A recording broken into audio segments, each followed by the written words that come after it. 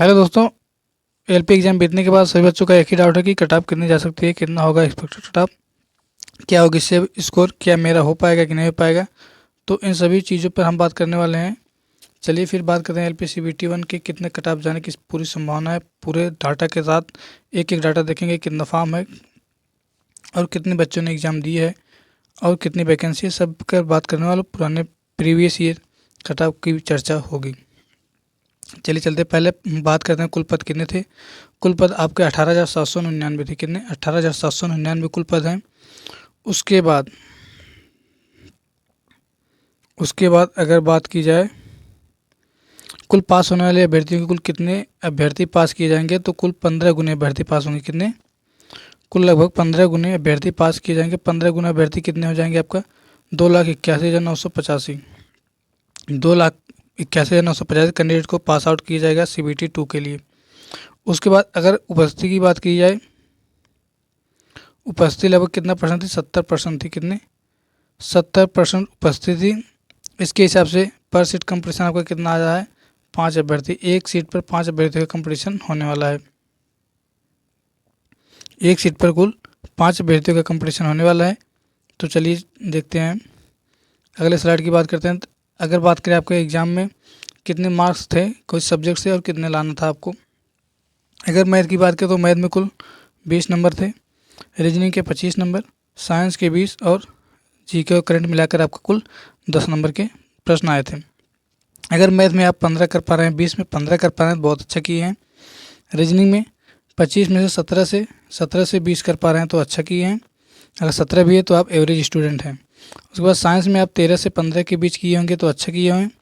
और करंट की बात करें तो 4 से 5 क्वेश्चन। तो इसके हिसाब से आपका यह एक एवरेज स्टूडेंट का मार्क होना चाहिए, इससे कम तो नहीं होना चाहिए।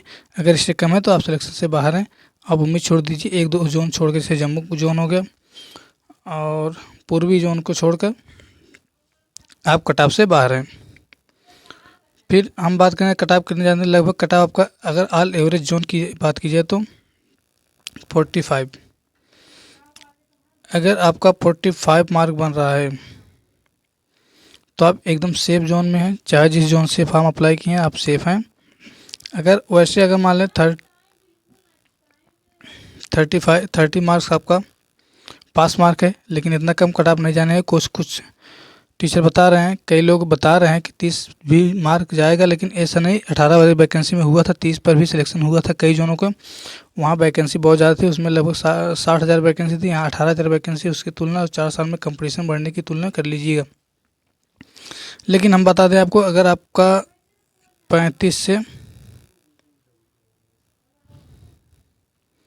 अगर आपका 35 से 45 मार्क्स के बीच में है तो आप सेफ जोन में अपने आप को कर सकते हैं। 35 से 40 आपको पूर्वी जोन में, जैसे गुवाहाटी हो गया, उत्तरी में देखें तो जम्मू हो गया और असम, इन सभी जोन में अगर आप 35 प्लस हैं तो आप उम्मीद रख सकते हैं। लेकिन अगर इलाहाबाद, पटना और कोलकाता, दिल्ली से हैं तो आप 40-42 नंबर के ऊपर ही उम्मीद रखिएगा, उससे कम कट ऑफ नहीं जाएगी। अगर आप 45 प्लस हैं तो आप किसी भी जोन से हो तो आप सेफ हैं। आप सीबीटी 2 की तैयारी करिए, चुपचाप सीबीटी 2 की आप तैयारी करिए, उसमें आपकी कोई रोक टोक नहीं होने वाला है।